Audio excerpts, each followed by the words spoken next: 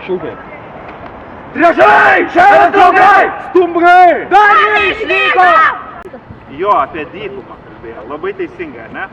Tai kadangi apie dykumą, tai tas mano pasisakymas irgi siejasi su dykuma. Dykumoje gyvena antilopės ir liūtai, ar ne? Ir viena antilopė kas rytą pabusdavo ir galvodavo savo. Sako, aha, šiandien aš turėsiu bėgti greitai. Tai pirmiausia, gal kaip aš tapau skautu, ar ne? Skautu tapau, nusprendžiau skautu tapti po pirmosios vasaros stovyklos ir ten sutelpa viskas, dėl ko ir dabar skautauju. Visų pirma, buvo labai šauni vyriška kompanija, sėdėjom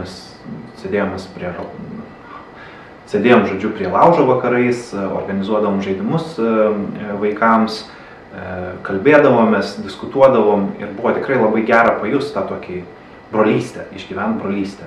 Tai man skautavimas visą laiką siejasi su ta brolystė, buvimu kartu, buvimu gamtoje.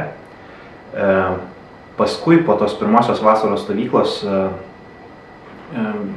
gimė tas noras tikrai irgi pačiam tapti skautu, ne tik būti padedančių skautams veikti Vilniuje, nes prisidėjau prie Vilniaus būrio įsikūrimo, bet ir kartu pačiam skautauti, pačiam pasirinkti tokį nuolatinio tobulėjimo kelią.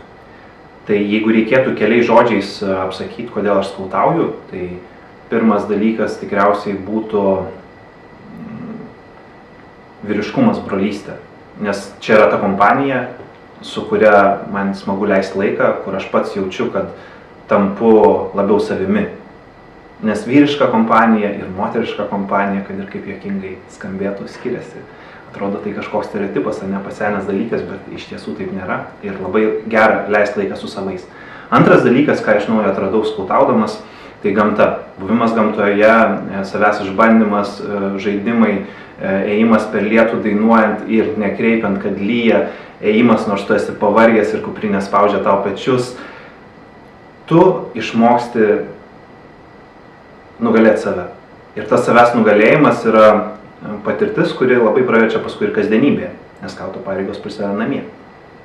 Ir paskutinis, galbūt toks giliausias dalykas, kurį atrandu, nes jau esu vyresnysis skautas ir pradėjau skautauti kaip vyresnysis skautas, tai yra dovana. Mes turim tokį šūkį, kad vyresnio skauto kelias, roverio kelias, pilotės seserijai, roverio brolijai, kelias yra tarnystė. Aš tai pasakyčiau dar kitą žodį, dovana, kad tu galėtum išmoktum dovanot tiek savo laiką kitiems, tiek tai, ką galbūt moki kažkiek geriau negu kiti, tuo dalintis su kitais, taip pat tiesiog geriau tarnauti savo šeimai, geriau tarnauti tiems žmonėms, kurie aplink tave. Nes skautavimas ruošia ne tik priklausyti organizacijai, bet ir gyvent labiau savo gyvenimą, labiau išgyvent visą tai, ką gyveni, visas tas akimirkas, daugiau iš jų pasiimt, daugiau, kaip čia pasakius, turiningiau gyvent.